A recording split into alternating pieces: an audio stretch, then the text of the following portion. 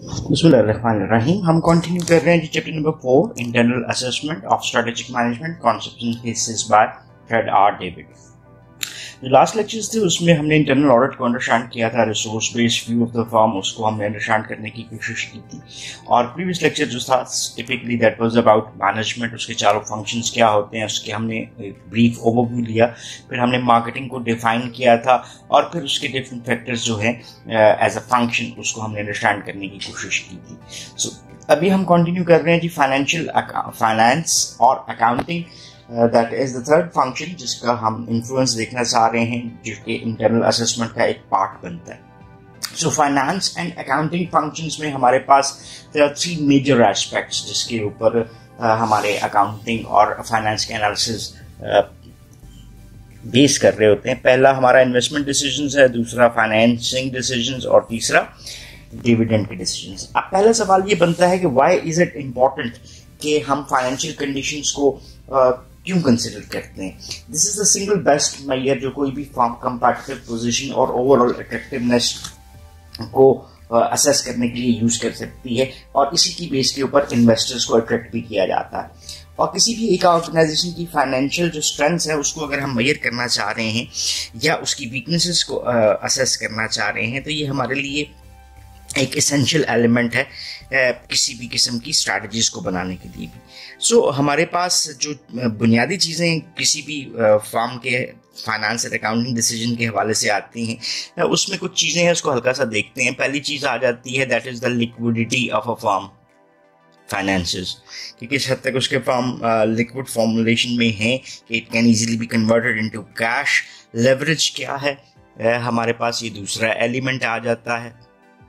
Then तीसरी बात अगर हम करना चाहते हैं तो ये हमारी रिलेट करती है हमारे पास कैपिटल क्या है, और कैपिटल को अगर हम स्पेसिफिकली देखेंगे तो this is in working capital, कि किसी भी फर्म की वर्किंग कैपिटल रिक्वायरमेंट्स हैं वो क्या हो सकती हैं। देन इसके बाद आगे कई चीज़ें आ जाती हैं that is the profitability and revenues, all these things are important.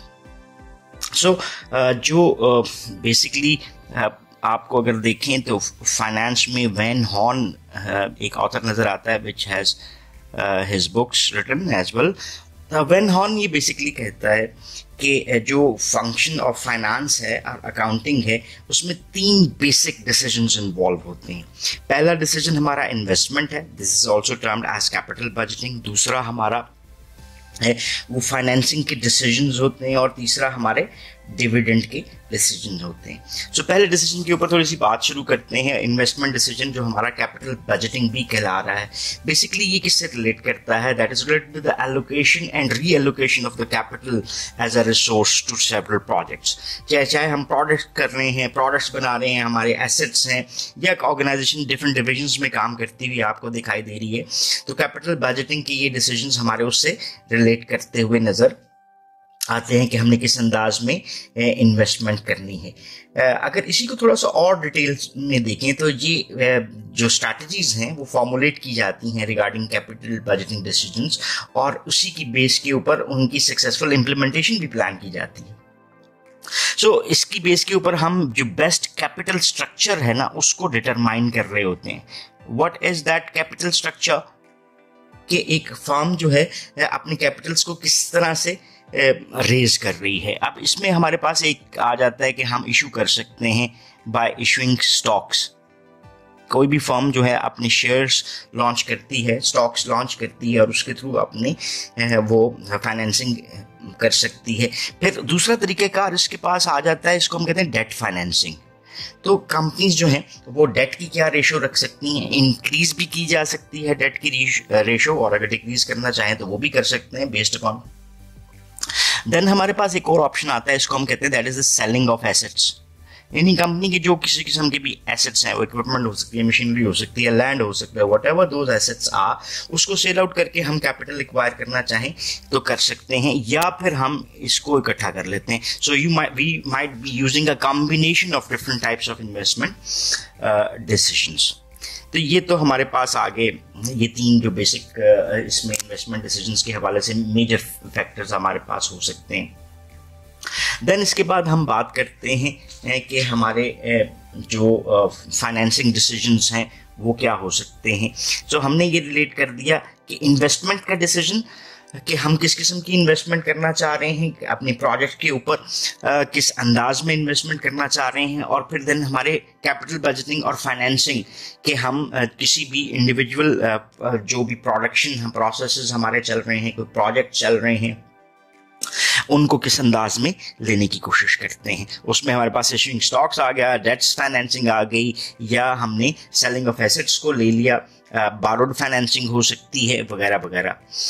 सो अभी हमारा जो अगला एक तीसरा फैक्टर रिलेट करता है वो है डिविडेंड के डिसीजन। डिविडेंड हम किसको कहते हैं? That is the earning from the shares. ठीक है, सो परसेंटेज ऑफ अर्निंग जो है वो शेयर होल्डर्स को दी जाती है। सो ये हमारे डिविडेंड के डिसीजंस हमारे लिए इम्पॉर्टेंट होते हैं कि हमने किस सूरत में अपने जो भी शेयर होल्डर्स हैं उनको पे करना है। इसके हवाले से अगर हम करते हैं तो ये रीपरचेज ऑफ द स्टॉक की सूरत में हो सकता है। ठीक है, ये रीपरचेजिंग डिसीजंस हो सकते हैं, ये कैश पेमेंट्स हो सकती हैं in terms of payments. So dividend decisions basically ये डिटरमाइन कर रहे होते हैं कि किस हद तक फंड्स जो हैं वो रिटेन रखे जाते हैं किसी भी फर्म के पास in comparison to the amount which is paid to the shareholders. So ये तो हमारे पास बेसिकली चीज़ें आ गई कि जो फाइनेंशियल अकाउंटिंग के असेसमेंट्स हैं वो हमारे लिए किस हद तक ज़रूरी हैं। इसके अलावा हमारे पास एक और इम्पॉर्टेंट टॉपिक फाइनेंस के हवाले से जो आता है वो है फाइनेंशियल रेशोज़ का।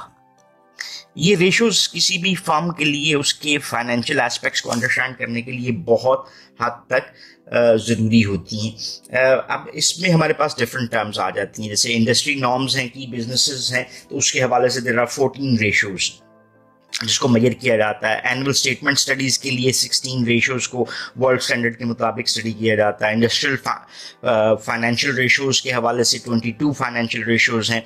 फेडरल ट्रेड कमीशन रिपोर्ट के मुताबिक भी there are several different types of ratios जिसको स्टडी किया जाता है। So there is an exhibit which is given और टेबल नंबर 4.5 जो कि हमारे पास डिफरेंट टाइप्स ऑफ रेशोज को बताता है, जो लिक्विडिटी रेशोज है, लेवरेज रेशोज हैं, एक्टिविटी रेशोज हैं, प्रॉफिटेबिलिटी रेशोज हैं और ग्रोथ रेशोज हैं। सो इसको एज अ होल लुक करना बहुत ज़रूरी भी है किसी इस एज अ होल टॉपिक को अंडरस्टैंड करने के। बाकी जो स्ट्रेटेजिक मैनेजमेंट के हवाले से हमारे पास जो एस्पेक्ट आता है वो सेम रहता है। वो सेम इस अंदाज में रहता है कि basically these all financial decisions are taken by the strategist, लेकिन इसकी डेवलपमेंट के लिए आपके पास फाइनेंस एंड अकाउंटिंग के स्पेशलिस्ट जो है वो ऑल द टाइम मौजूद होते हुए नजर आते हैं। सो इसकी ऑडिट चेकलिस्ट बनती है जिसमें हम डिफरेंट एस्पेक्ट्स को असेस करते हुए कंपनी की जो फाइनेंशियल सिचुएशन है उसको असेस कर सकते हैं